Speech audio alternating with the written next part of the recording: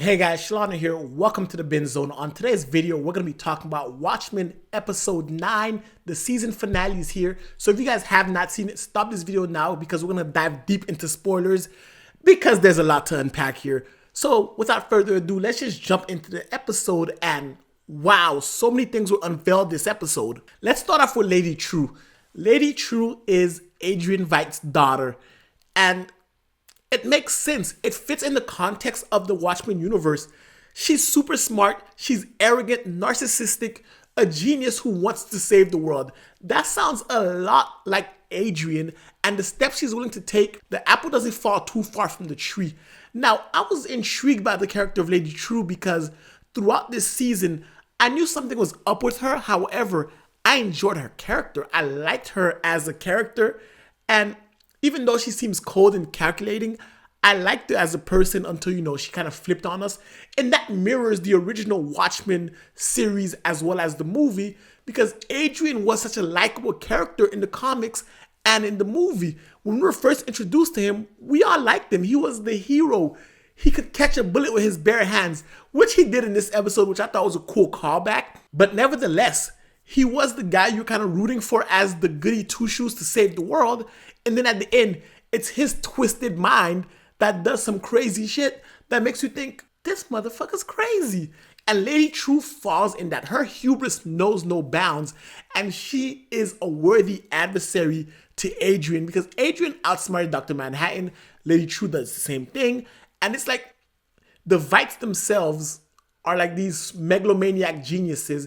And I like how they introduced her mother because her mother knew how powerful and smart Adrian was. So she stole one of his specimens, impregnated herself, and gave herself the heir of the Veidt fortune. And then you have Lady True who recreated her mother. And it's weird and twisted in a sense, but it comes full circle. The final battle of this season wasn't some shootout, wasn't fighting, wasn't two Dr. Manhattans blasting each other. It was a battle of two geniuses, Adrian Veidt, saving the world once again, and he will not get the credit. Now, let's take a minute and move from Lady True to Adrian. We see that everything we were seeing with Adrian wasn't happening in real time. What I mean by real time was it wasn't happening in 2019. Adrian's story took place at a different time, and that's what the show does so well. It plays with time. Every time we cut to Adrian, it made it seem as though whatever he was doing, it was occurring at the same time as the main narrative of the show, but it wasn't. It was happening in the past, and that's why he was able to have his own self-contained story that eventually ties up with the characters at the end, because it all plays full circle. All of it's part of Lady True's plan, and it's all part of Dr. Manhattan's vision, his plan.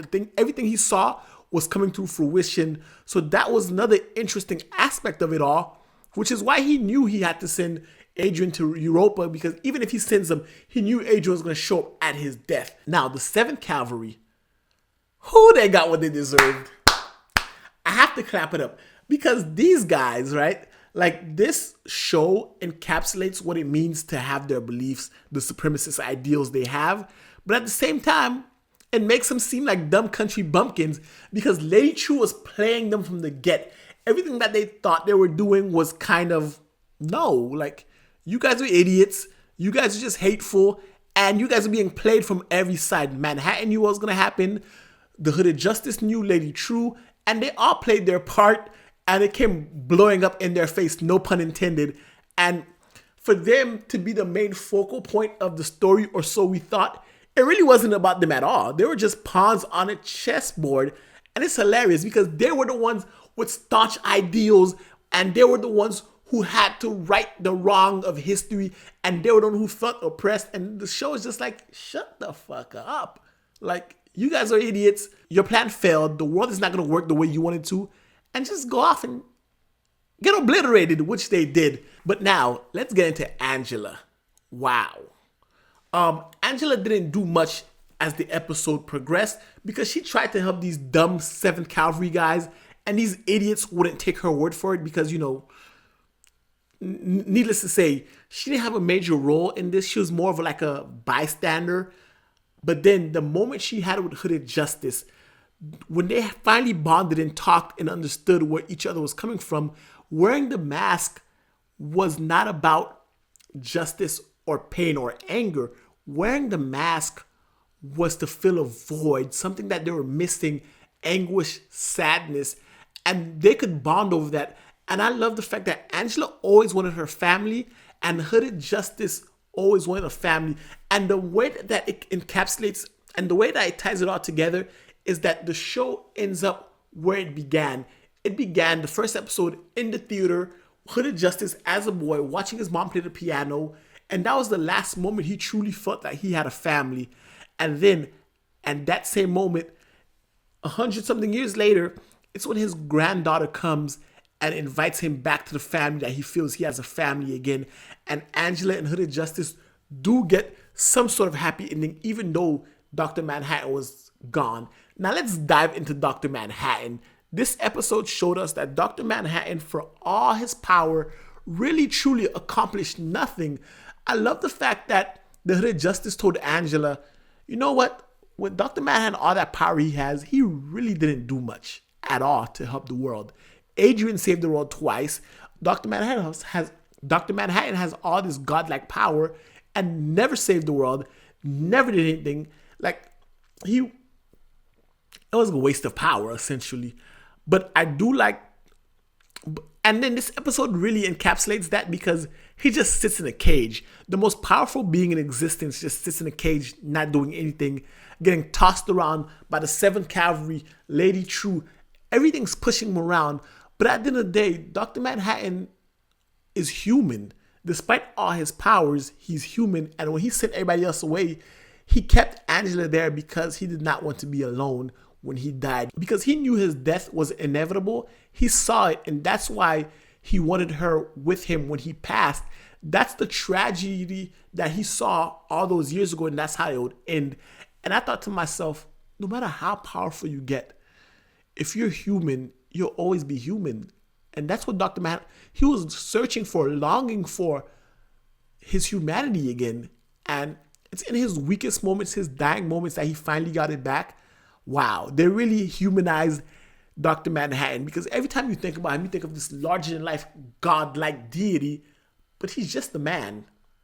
And this show did, throughout the season of the show, it showed us, even in the episode with his flashback with his father and all that, it showed us that John Osterman is nothing but a man.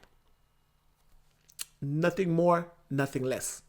And finally, the episode wraps up with what I would say is a cliffhanger of sorts. Because we don't know if Angela becomes Dr. Manhattan or not. Does she inherit his powers? Because remember, he said the eggs came in. When we saw his episode, the egg itself came in handy. And this was a nice callback to the egg conversation. Watch the eggs, the chicken and the egg, which comes first.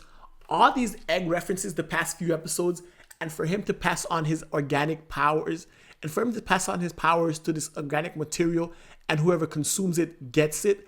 I think that Angela is being set up to be the new Dr. Manhattan. Hence, the poster that has her in all blue is kind of foreshadowing this end of events. And she sees that as much as she loved John, he really didn't do much. Her grandfather reasserted the fact that he really didn't do much with all this power.